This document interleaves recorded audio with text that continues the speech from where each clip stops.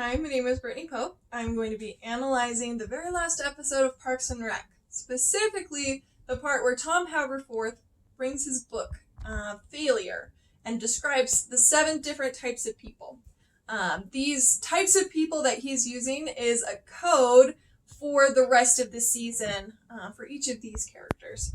And we see that with the use of semiotics, which is the study of signs. So just beginning with Andy. Andy is loving, open-hearted, exuberant to the extreme. He is so willing to give whatever he has to help somebody else, somebody that he loves, that he's just willing to give all of his money that he has or his time or energy. We see that especially with April and with Tom. As we move on to April, she's very individualistic, intimidating, and intense. And part of the reason that Ron really likes her as an assistant is she is scary and that she can scare off people from having meetings with Ron. With Ben, he's very tactful, level-headed, and calm. He's led by numbers, just trying to make the most sense. So he's a really good person to have on the team, but not always well liked. With Leslie, she's the optimistic leader, very tireless. She's willing to work as hard and as long as it takes in order to get the job done, even if that means staying up over 24 hours. She likes to build binders and to let everybody know that she appreciates the work that they put in. That's part of her optimism. The next one we have is Ron. So Ron is self-reliant, uncompromising, and inner-directed, meaning that he is able to rely on himself for accomplishing tasks.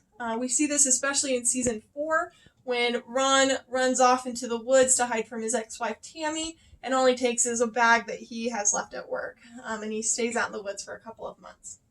So he's very knowledgeable, very able to rely on his self and his survival skills.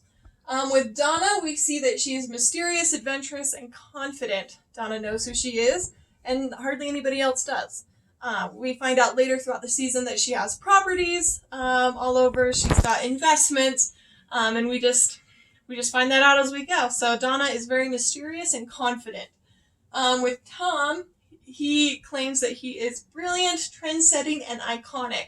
And while these are things that he definitely strives for, whether or not he achieves it is up for debate. But this is what motivates his decisions, is striving to be brilliant, striving to be iconic and trend-setting. And that's how he makes a lot of his choices. And then the last thing that he makes sure is to tell people is don't be a Gary. And Gary is kind of the butt of the jokes. He doesn't perform well when people are watching. He's old, he's silly, so he's just reminding people to be one of these other tropes and don't be a Gary. Now, as we are analyzing this, it's important to note the connotation the denotation, let's start there. With Tom, as he's giving this presentation to the audience, the denotation with the audience is these are just personality types. Whereas the connotation as us, as we're watching this, we know that these are the extreme versions of these characters and what they embody. So that is our analysis of Failure 2.0. Thanks so much.